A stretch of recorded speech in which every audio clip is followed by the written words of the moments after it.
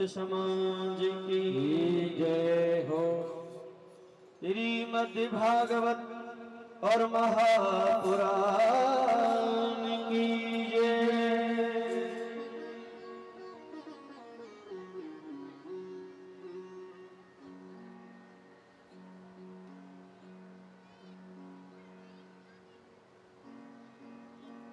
तो ये बता दो, कथा हमने कहाँ छोड़ी थी?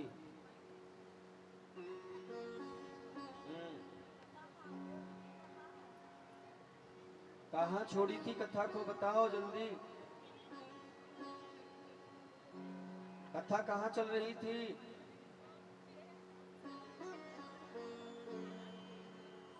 क्या हुआ?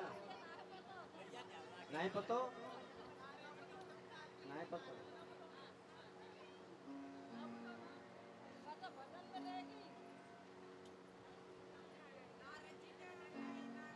एक भारतीय नारी के सिर से और उनके सिर से पति का साया हट जाए, जिनकी गोदी में और एक छोटा शिशु हो। सोचिए,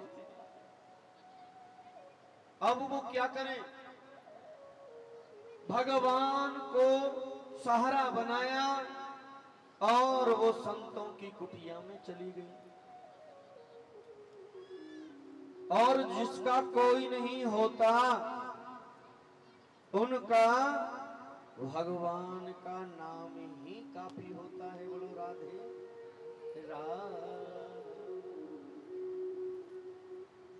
और संतों की कुटिया में जब चली गई तो वहां संतों की कुटिया में तो रामधुनी होती थी, महामंत्र चलता था। और महामंत्र कौन कौन जानते हैं जरा बताओ तो? महामंत्र कौन कौन जानते हैं? कौन कौन जानते हैं महामंत्र? हाथ खड़े करो। महामंत्र नहीं जानते, बताओ। तो इसका मतलब है महामंत्र आप और हम सबको करना चाहिए। अब कथा में आए हो और कथा में गए हो और तुम महामंत्र ना जानो, द्वादश मंत्र ना जानो, तो फिर कथा में आने से क्या फायदा होगा? बच्चा विद्यालय जाता है ज्ञान प्राप्त करने के लिए और अपने आप को बनाने के लिए, इस देह को बनाने के लिए। लेकिन ये जीव जब आता है भगवान के दरबार में और उस ज्ञान से अंदर को बनाने के लिए, अंदर से मन को बनाने के लिए, तो प्यारे आइए आप और हम महामंत्र का कीर्तन कर रहे हैं। सभी संत, वो छोटा बच्चा भी कीर्तन करता है। कौन? जो दासी का पुत्र है।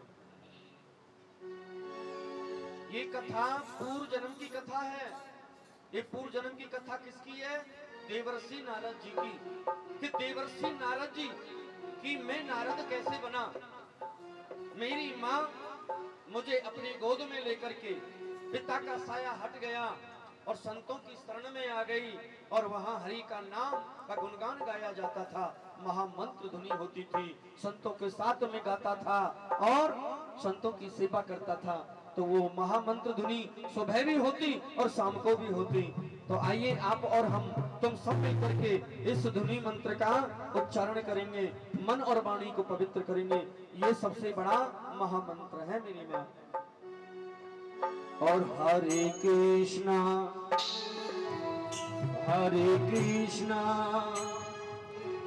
कृष्णा कृष्णा हरे हरे। तुम सब बोल रहे? ओ हरे रामा राम राम हरे हरे। हरे कृष्णा कृष्णा कृष्णा कृष्णा हरे हरे।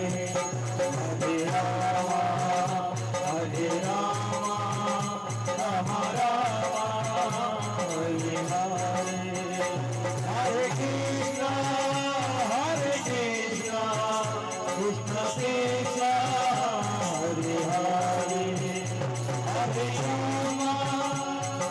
राम राम राम हरे हरे हरे कृष्ण कृष्ण कृष्ण हरे हरे हरे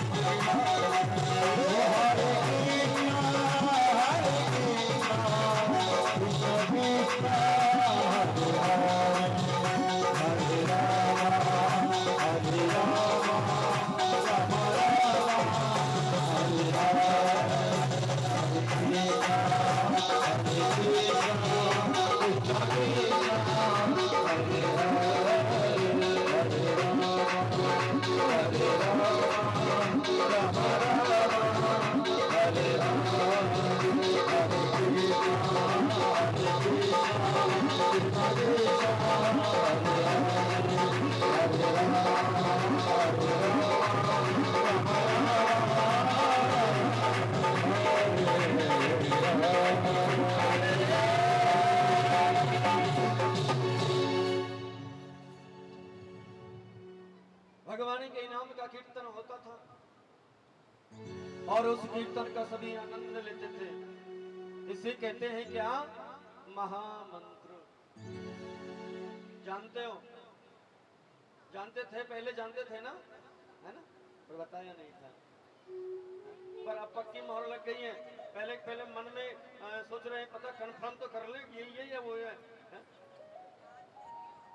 इसलिए हाथ खड़ा नहीं किया। इस मंत्र को तो सब जानते हैं, ये है महामंत्र। और जिस जगह महामंत्र धुनी जहां होती है ना, पता है वहां क्या होता है? वहां आनंद ही आनंद होता है।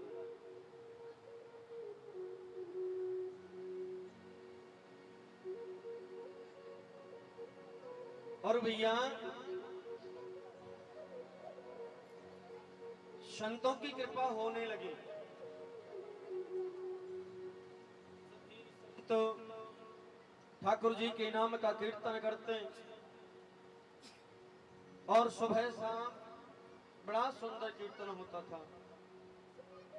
और जहां दोनों समय कीर्तन हो रहा हो वहां के बच्चे भी, और जब बड़े कीर्तन करेंगे तो बच्चे भी बैठेंगे। आप अगर अपने घर में कीर्तन करोगे तो बच्चे भी कीर्तन ही करेंगे। और रामदास कीर्तन करता था, दासी पुत्र है। अब वो दासी पुत्र रामदास मन का भी राम का दास हो गया और नाम भी रामदास हो गया। अब कोई कोई नाम ऐसा होता है कि वो मात्र नाम ही होता है लेकिन मन का नहीं होता। यहाँ तो रामदास का मन भी राम का दास हो गया और महात्माओं ने उनका नाम भी रामदास रख दिया। तो प्यारे, हम महात्मा जी संतों ने कहा है, रमता हुआ जोगी और बहता हुआ जल। जहां तहां पर पृथ्वी के ऊपर जिस जिस जगह जल बह रहा हो, जहां नहरें बह रही हो, जहां नदियां बह रही हो, वहां आसपास का वातावरण और बड़ी सुंदर हरियाली, प्रकृति, पृथ्वी देवी का श्रृंगार जल से ही होता है। इस समय जल बरस रहा है तो पृथ्वी का श्रृंगार हो रहा है, क्योंकि हम तुम भी तो स्नान करते हैं, इसीलिए पृथ्वी भी स्नान करती है। और स्नान करने के बाद जो जो वृक्ष हैं वो सब उनका श्रृंगार है। वो भी तो श्रृंगार करती है, सावन के महीने में बड़ी सुंदर सजती है, क्योंकि ये भूदेवी भूपति पृथ्वी देवी है। जहां जहां भी जल जाता है पृथ्वी को सजा देता है,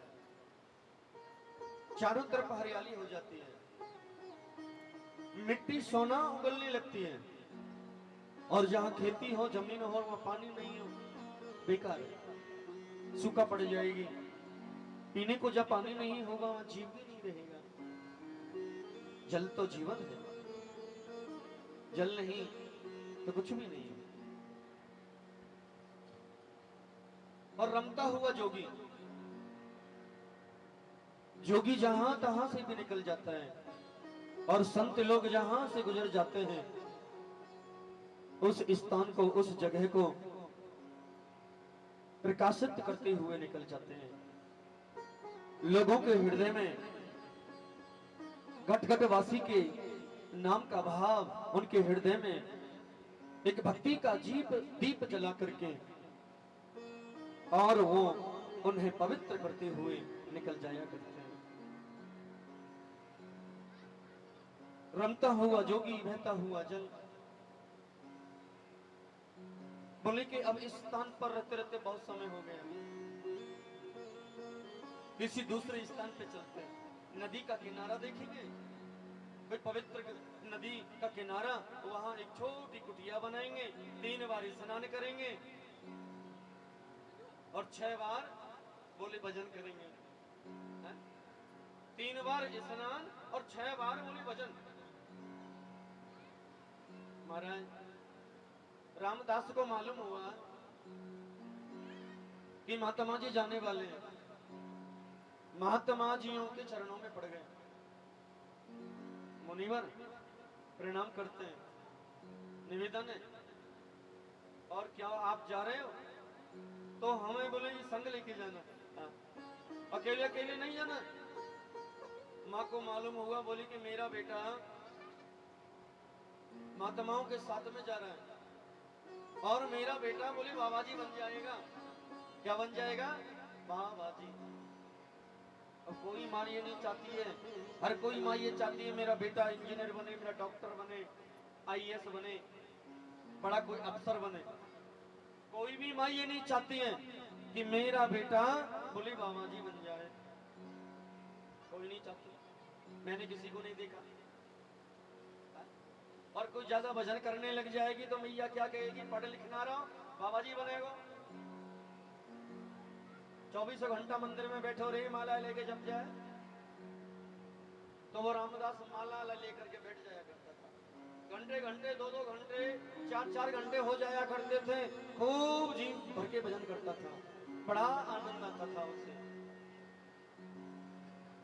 और परमात्मा का और उसका जब तक वो मन गदगद ना हो जाए, उससे पहले बोले कि वो उठता ही नहीं था। अब बीच में माँ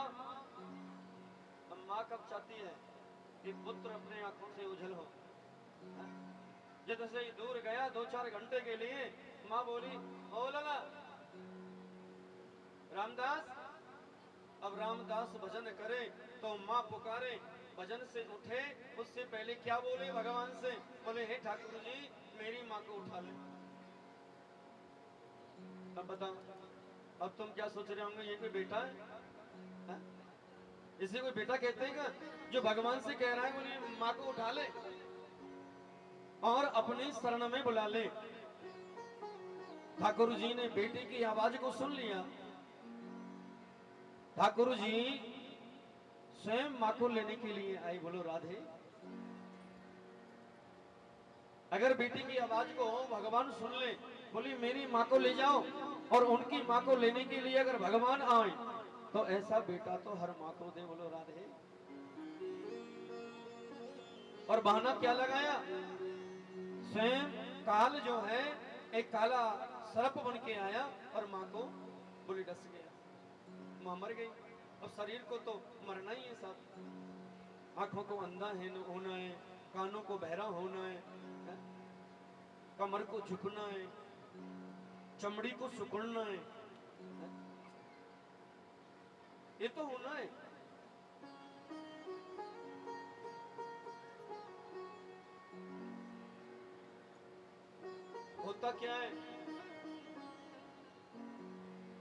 का सारा क्रियाक्रम किया। 2 प्रकार के आंसू बहने लगे थे आंखों से। रामदास के आंखों से 2 प्रकार के आंसू। आंसू भी 2 प्रकार के ही होते हैं, एक होता है गर्म आंसू और दूसरा होता है ठंडा। जब ये प्राणी दुखी होकर के रोता है तो उनकी आंखों से गर्म आंसू बहता है, और कोई व्यक्ति जब प्रसन्न होकर के रोता है तो उनके आंखों से बहते हैं ठंडे आंसू। प्रसन्न तो इस बात से है कि मुझे अब भगवान की तपस्या करने से कोई मुझे रोकेगा टोकेगा नहीं, और दुखी इस बात से है कि इस दुनिया से हमेशा हमेशा के लिए बोली कि मेरी माँ और अब इस दुनिया में नहीं रही। दुख इस बात का है, लेकिन उन्होंने पृथ्वी पर उन महात्माओं को ढूंढा जिन महात्माओं से सबसे पहले जो भेंट हुई थी। वो महात्मा तो नहीं मिले, लेकिन जब जीवन में कोई अच्छा संत ना मिले, ढूंढने पर भी नहीं मिले, तो अपने आप को संत बना लो। बोलो राधे। और उन्होंने अपने आप को ही संत बना लिया। तपस्या पर बैठ जाया करता था, तपस्या करते करते करते करते शरीर वृद्ध हो गया। मनुष्य के पास में 2 ही चीज मुख्य है शरीर के अंदर, एक बल और दूसरी है बुद्धि। शरीर में बल नहीं और बुद्धि नहीं तो ये शरीर किसी काम का नहीं है। बल बुद्धि विद्या देहो मऊ हरियो करि सो विकार, प्रार्थना करते हैं ना हनुमान जी से। बल नहीं और बुद्धि भी नहीं तो क्या है? शरीर का ढांचा है। लेकिन लोग संसार में इस बल को संसार के भोग के पीछे भागते भागते और बुद्धि को धन के पीछे भागते भागते, धन के पीछे भागते भागते बुद्धि को बुद्धिहीन कर लिया, और संसार के भोग के पीछे भागते भागते अपने आप को बलहीन कर लिया। संसार के भोग के पीछे ना भागकर, धन के पीछे ना भागकर, अगर गोविंद के पीछे भागते, ठाकुर जी के पीछे भागते, ठाकुर जी मिलते या ना मिलते, लेकिन जब हम यहां से जाते तो ठाकुर जी हमें अवश्य मिलते। बोलो राधे राधे।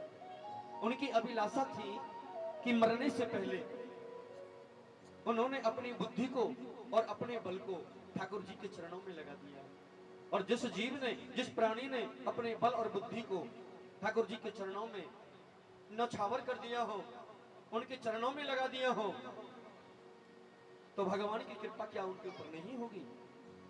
उनकी इच्छा थी कि मैं मरने से पहले एक बार परमात्मा के दर्श पाना चाहता हूं। ये मनुष्य जन्म देह मिला है, मरने से पहले अगर ये प्राणी अपने मन में ठान लेता है कि मैं मरने से पहले उस परम पिता के बोले कि दर्श पाना चाहता हूं, तो उनके दर्श पाना कोई बड़ी बात नहीं है मेरी मां। क्या मीरा ने नहीं पाए? क्या नरसी ने नहीं पाए? क्या ध्रुव प्रहलाद ने नहीं पाए? क्या भिल्ली ने नहीं पाए? उनके दर्शन पाने के लिए सारा जीवन तपस्या की, लेकिन फिर भी भगवान के दर्शन नहीं पाए। वो उदास नहीं हुआ, उनकी आशा नहीं टूटी, उनका विश्वास नहीं टूटा। और विश्वास ही कड़ी भक्ति है।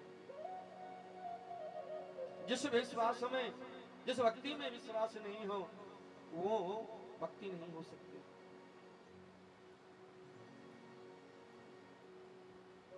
भैया सोचने लगे क्या करें। ठाकुर जी की इच्छा इस मनुष्य देह में नहीं हो रही है। कोई बात नहीं, बोले कि आकाशवाणी ने कहा है कि तपस्या करते करते बोले अपने देह का परित्याग कर दो। कर दिया, परित्याग हो गया। परित्याग जब हो गया तो मेरी मां बड़े सुंदर से ब्रह्मा जी की गोद से वही आत्मा और देवर्षि नारद बनकर के आ गए कि जात पात पूछे न कोई और हरि को भजे सो हरि का हो। कि जात पात पूछे न कोई और हरि को भजे सो हरि का हो। बोलो राधे राधे।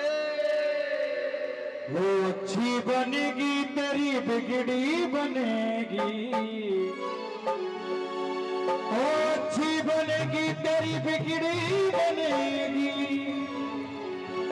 संतन के संग लाग रे तेरी अच्छी बनेगी, संतन के संग लाग रे तेरी अच्छी बनेगी, संतन के संग लाग रे तेरी अच्छी बनेगी,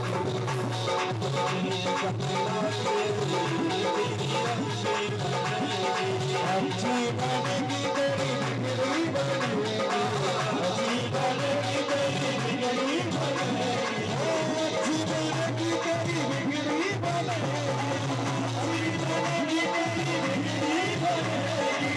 वो तेरा भगवान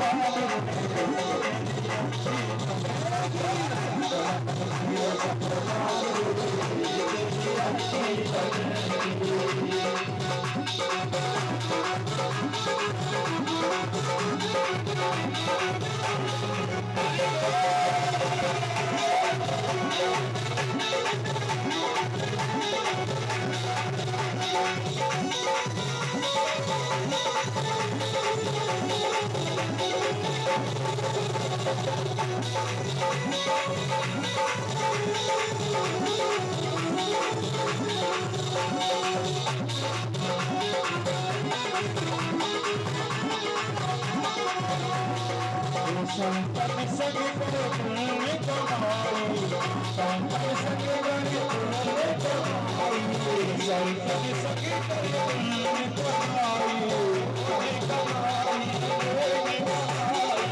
पुण्य कमाई, पुण्य कमाई, पुण्य कमाई, पुण्य कमाई। संतन संग करे पुण्य कमाई, संतन संग करे पुण्य कमाई।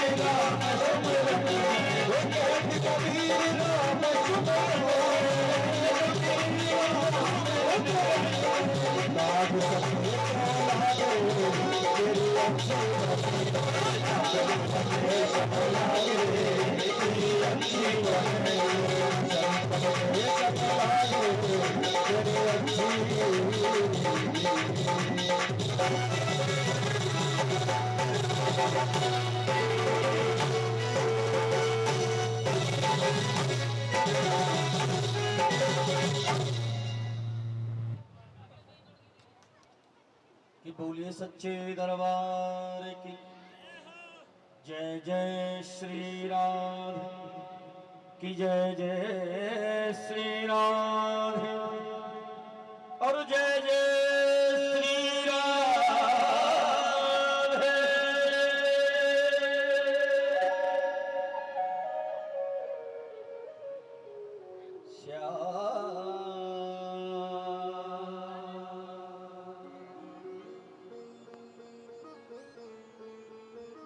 और मेरी माँ देखो ना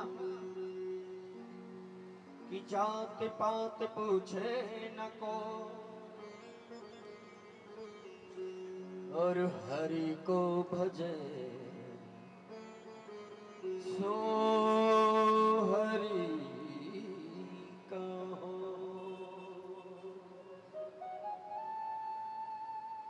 हरि को भजे सो हरि का होता है ना, जानते हैं आप?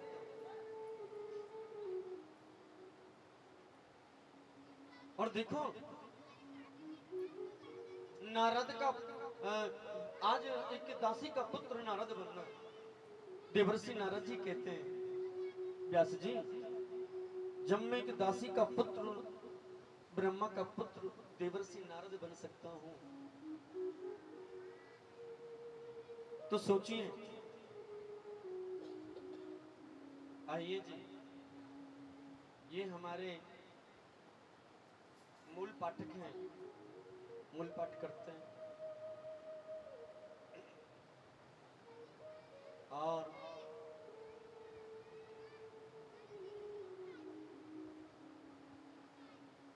देखो भैया,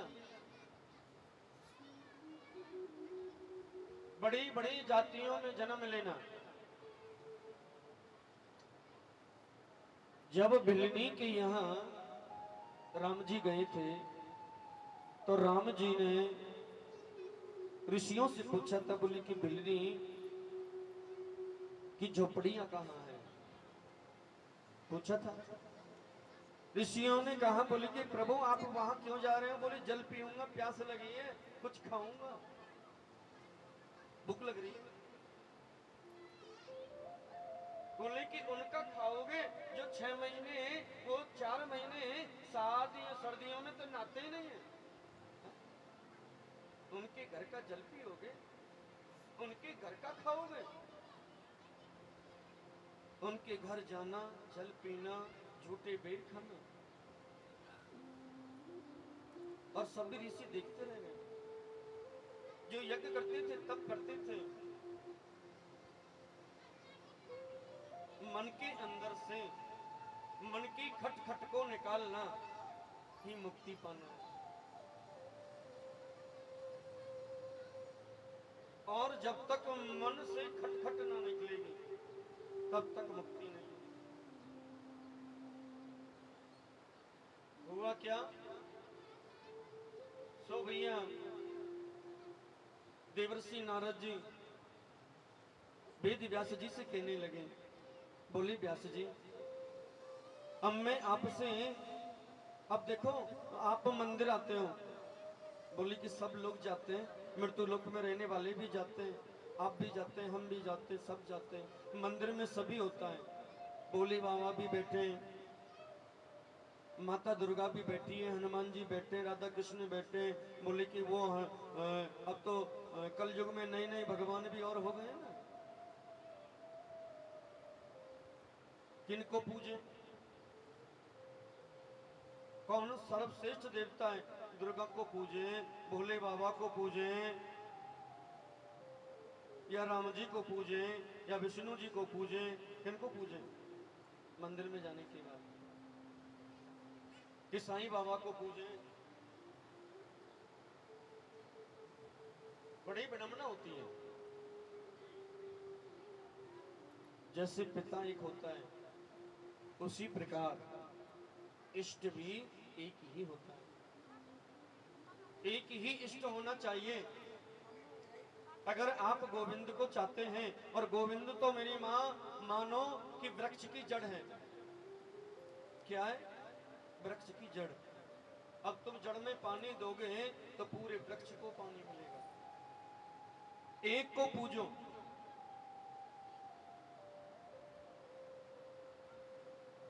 एक को साध लो,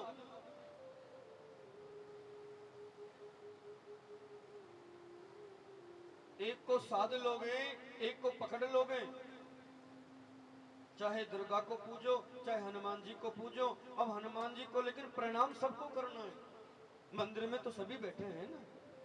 इष्ट एक होता है, जिसके नाम का हम बोले कि आप जब करो, एक ही का करो, बदलना नहीं।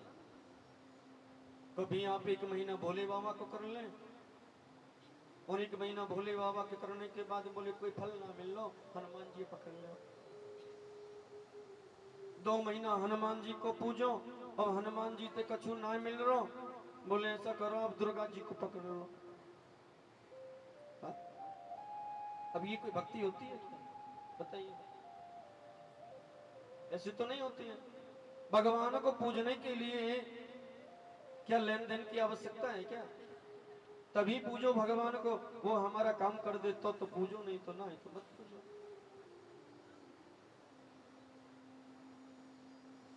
सकाम और निष्काम भक्ति होती है 2 प्रकार की। अब 2 प्रकार की भक्तियों को तुम तो जानते हो, सकाम स्वार्थ, निष्काम जिसमें कोई स्वार्थ नहीं। मंदिर में जाओ, निस्वार्थ भाव से जाओ। यही विडंबना है कि मंदिर जब आते हैं तो स्वार्थ लेके आते हैं, और मंदिर में आकर के भगवान को जब पूजा जाता है तो स्वार्थ से पूजा जाता है। इसीलिए स्वार्थ के, जब स्वार्थ हमारे अंदर बैठा हो, तब कोई भक्त मंदिर जा रहा हो, अब आप पंडित जी पूजा कराते हैं, भैया सभी कराते हैं, अभिषेक होगा, सावन के महीने में खूब अभिषेक होंगे, लोग भागवत कथा कराते हैं, कमेटी मिलके कराती है, कॉलोनी के मिलके कराते हैं, और सामूहिक ही भागवत ज्यादा होते हैं, क्योंकि ये भागवत कथा का जो है होता है ना, मोटा खर्चा हो जाता है।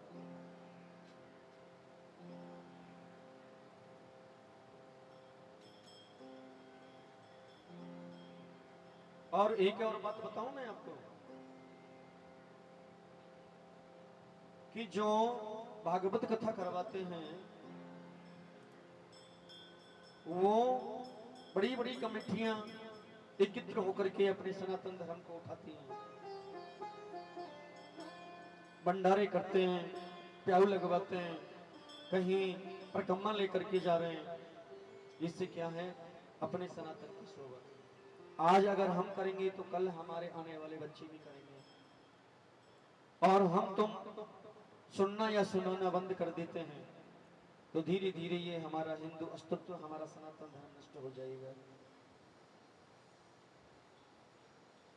जितना हो सके, जितना सनातन धर्म का प्रचार जितना हो सके उतना प्रसार करना चाहिए।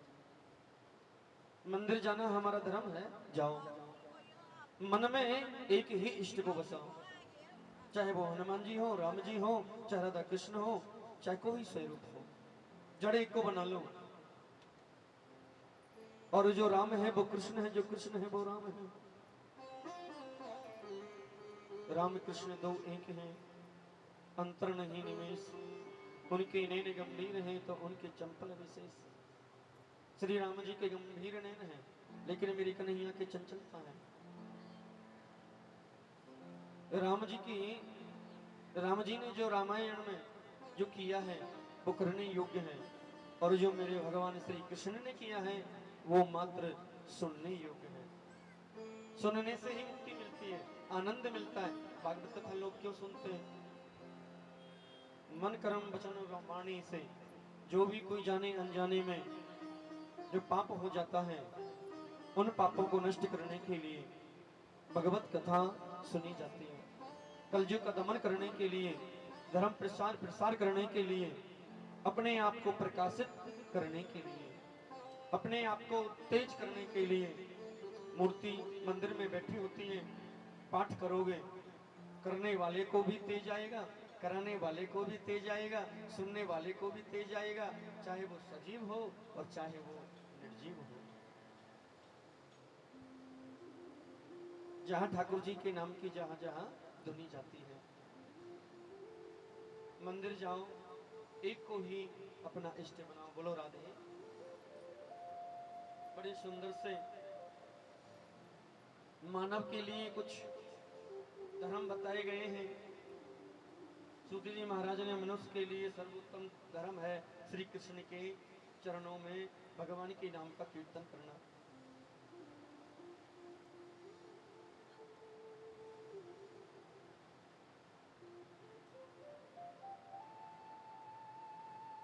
ठाकुर जी के नाम का कीर्तन करो, संत किया करते थे। हे मुनिवर, आप तो जानते हैं ठाकुर जी के नाम में जो शक्ति भक्ति है। देवर्षि नारद जी, देवर्षि ने कहा, बोले कि जब तुम्हारे हृदय में अब जब ठाकुर जी का नाम का रस जब बन गया है, तो मैं तुम्हारे लिए कुछ भगवत कथा का ज्ञान तुम्हें प्राप्त कराता हूं। पहले रस बनाया, अब रस जब बनाओ तो पियो तो अच्छा लगता है। उनके हृदय से 3 उंगली स्पर्श की और हृदय में चतुर्थ श्लोकी भागवत कथा का ज्ञान उनके हृदय में विराज गया। चतुर्थ श्लोकी भागवत कथा का ज्ञान वेद व्यास जी ने क्या किया, 4 श्लोकों में से और 18,000 श्लोक बना दिए। कितने? 18,000। भागवत कथा में कितने श्लोक हैं? 18,000। 12 स्कंद 335 अध्याय बना के तैयार कर दिया और सोचने लगे अब तो मैं वृद्ध हो गया, घुटनों ने भी साथ छोड़ दिया, कमर भी साथ नहीं देती। और भैया तुम तो जानते हो कथा तो तब तक ही हो सकती है जब तक घुटने साथ देते हैं, कमर साथ देती है। वृद्ध शरीर होने जा रहा है, सोचने लगे अब ये ज्ञान मैं किन के लिए प्रदान करूं। वेद व्यास जी जानते हैं कि श्री सुखदेव जी ने, मेरे पुत्र ने काम और क्रोध को जीत लिया। कामम क्रोधम मदम मत्सर जो जीत ले। वेद व्यास जी सोच रहे हैं ऐसा क्या करूं और जो सारे पृथ्वीवासी जाने। देवर्षि नारद जी को अपने पास बुलाया, देवर जी से कहा बोली जाओ और जाकर ये कहो जो सुखदेव निर्गुण समाधि में बैठा हुआ है उनसे जाकर के और उनके कान में कुछ रस पिला करके आओ। बड़े सुंदर से उन्होंने रस पिलाया और जो रस है वो भगवत कथा का रस है, मेरे ठाकुर जी का श्रृंगार का रस है। और वो जो श्रृंगार का रस है वरिहा पीडम नटवर को करनियो करनी कारण विभा दिवास कनकम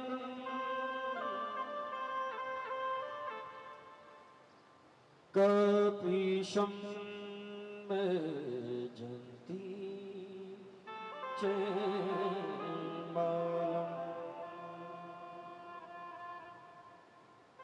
और आधा श्लोक ही उनके कान में दिया। आधा श्लोक का रस जब उनके निर्गुण समाधि में जो बैठा हुआ है और उनके मस्तक में जाकर के उतरा। वेद व्यास जी के पास में देवर्षि नारद जी जा रहे, पीछे पीछे सुखदेव जी उठे और नारद जी के पीछे चल दिए।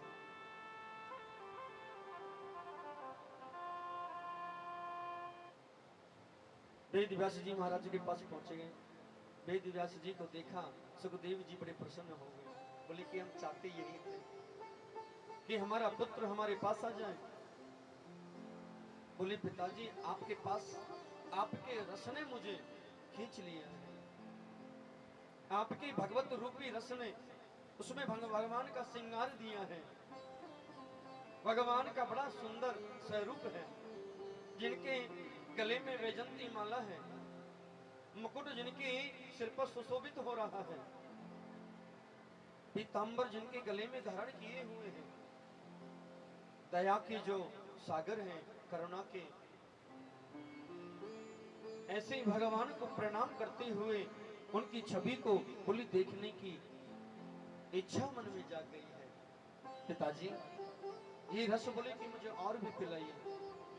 वेद व्यास जी महाराज सोचने लगे मैं तो जानता हूं कि मेरे पुत्र ने काम और क्रोध को जीत लिया है, लेकिन आज मौका है पूरी पृथ्वी को बतलाने का। बोली बेटा भगवत कथा का रसपान उसी को मीठा लगता है जिस व्यक्ति ने काम और क्रोध पर विजय प्राप्त कर लिया हो, अर्थात वेद और वेदांत का बोली ज्ञान प्राप्त कर लिया हो। बोली कि पिताजी अगर मुझे वेद वेदांत का ज्ञान प्राप्त करने से ये रस प्राप्त होता है तो मैं अभी जाऊंगा, मुझे आदेश दीजिए मुझे कहां जाना है। वेद व्यास जी ने जनक राजा के पास में भेज दिया, जाओ जनक राजा के पास में जाकर के वेद और वेदांत का रसपान प्राप्त करके आना। चले गए। महल का मेन दरवाजा होता है, संतरी सिपाही खड़े होते हैं ना, उनकी आज्ञा के बगैर राजा के प्रवेश निषेध है। सुखदेव जी ने रुक करके कहा सिपाहियों से, ओ भैया राजा को बोलो, जनक राजा से कहो हमारा प्रणाम, और दूसरी बात कहो कि सुखदेव जी आपसे मिलने के लिए पधारे हैं। हाँ। सिपाही लोग गए और सिपाहियों ने जनक राजा से कहा, महाराज आपसे मिलने के लिए कोई मुनिवर सुखदेव जी पधारे हैं। राजा ने क्या कहा पता है? सुखदेव जी से कहो कि जहां भी खड़े हो उसी जगह पर 7 दिवस खड़े रहो। महाराज पूरा 7 दिन हो गया लेकिन क्रोध नहीं आया। तुम किसी सहेली के घर पे जाओ, दरवाजा खटखटाओ, अंदर से आवाज आ रही है सहेली की, बहना 10 मिनट ठहरो, आ रही हूं। 15 मिनट के बाद तुमने फिर दरवाजा खटखटाया, फिर अंदर से आवाज आ रही है, बहना 15 मिनट रुक जाओ, आ रही हूं। तुमको 15 मिनट फिर निकल गया, फिर दरवाजा खटखटाया, फिर बोले आ रही हो, तो तुम क्या कहोगी? 1 घंटा हो गया कहोगी? ऐसी सहेली तो भले ही चूल्हे में जाए। 1 घंटा है गया, दरवाजा खटखटा रही हूं, आई ना रही। क्रोध तो आवेगो, हल्को मोटो आवेगो, चाहे घर जाके खत्म है जाए पर उस क्षण जरूर आवेगो। 3 बार दरवाजा खटखटा रही हो, आ रही हूं, आ रही हूं, आ रही हूं। लेकिन यहां तो 7 दिन के लिए बोला था।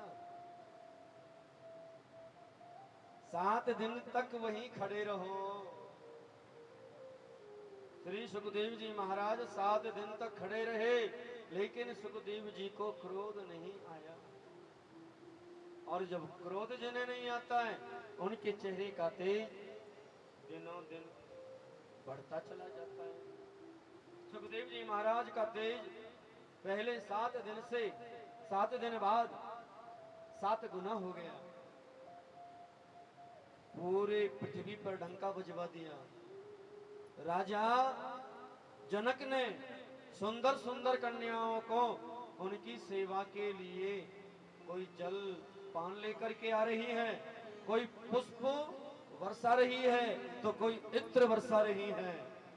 लेकिन सुखदेव जी महाराज ने अपने तेज को बढ़ाते बढ़ाते और काम और क्रोध पर विजय प्राप्त कर लिया। पूरी पृथ्वी पर जनक राजा ने और ये डंका बजवा दिया। व्यास जी यही तो चाहते थे। आज पूरी पृथ्वी वासियों को मालूम तो हो गया, अरे पहले से मैं ही जानता था कि मेरा पुत्र ने काम क्रोध को जीत लिया है। लेकिन अब पूरे पृथ्वी वासियों को मालूम हो गया। अब निसंकोच होकर के मैं अपने पुत्र को भगवत कथा का ज्ञान प्राप्त करा दूंगा। बोलो राधे राधे।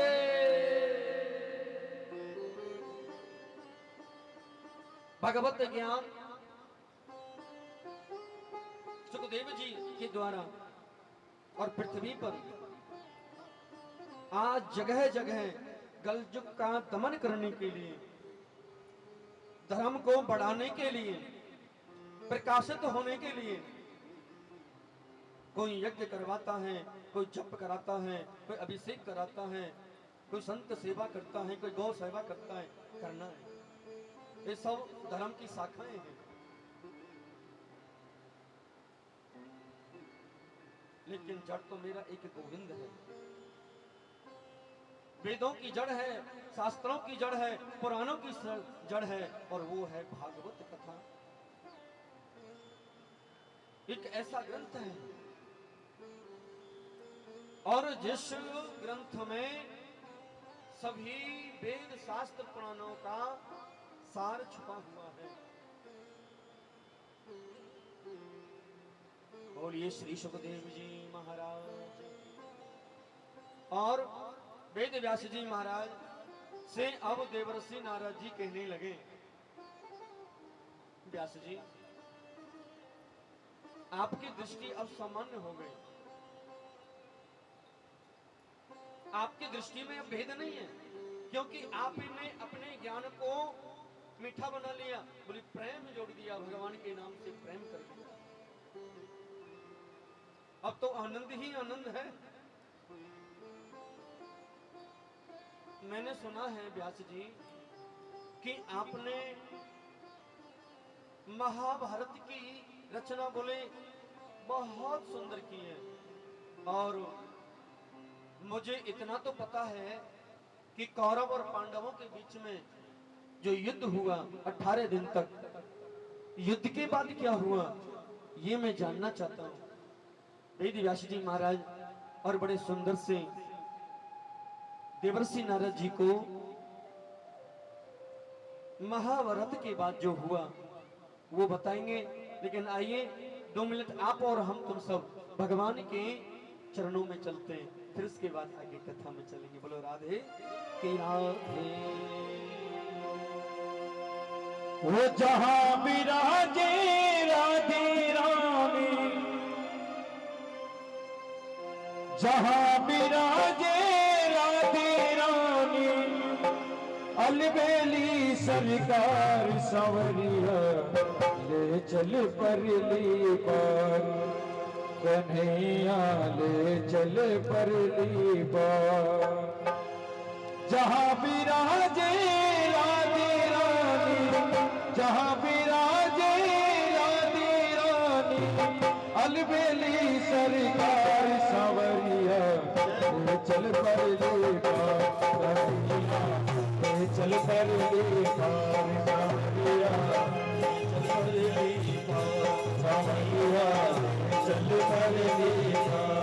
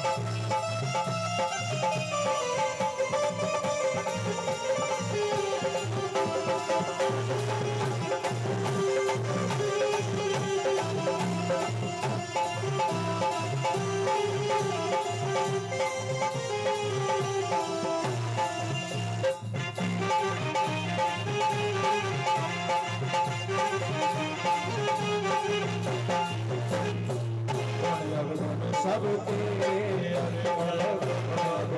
सब तेरे पाप पुण्य भी तेरे, पाप पुण्य भी तेरे, सहित मन तेरे, सहित मन तेरे। मैं तेरे चरणों की दासी, मैं तेरे चरणों की दासी, मेरा प्राण आधार संवरिया, चल परली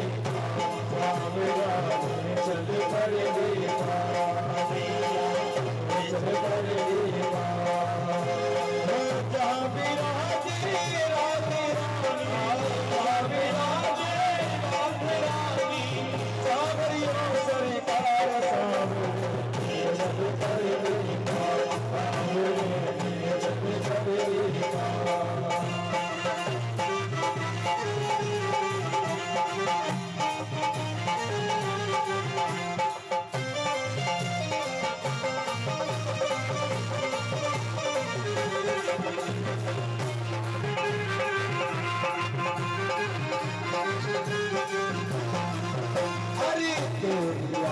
लगावे थे वो, आस लगावे थे वो, लज्जा सील गवावे थे वो, सील गवावे थे वो, संग में लगावे थे वो, संग में लगावे थे।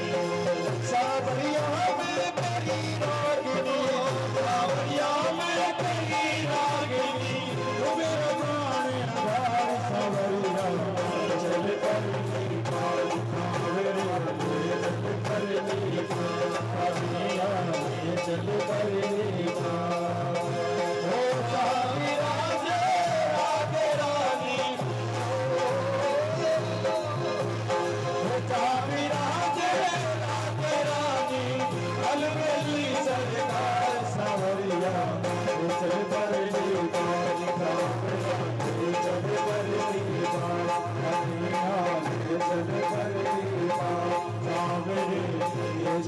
भरली अगली भागवत महापुराण की जय जय श्री राम और जय जय श्री राम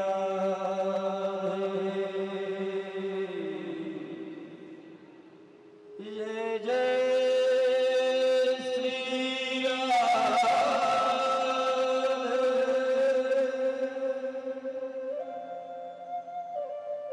और भैया बड़ी सुंदर कथा आती है और सभी ध्यान से सुनना।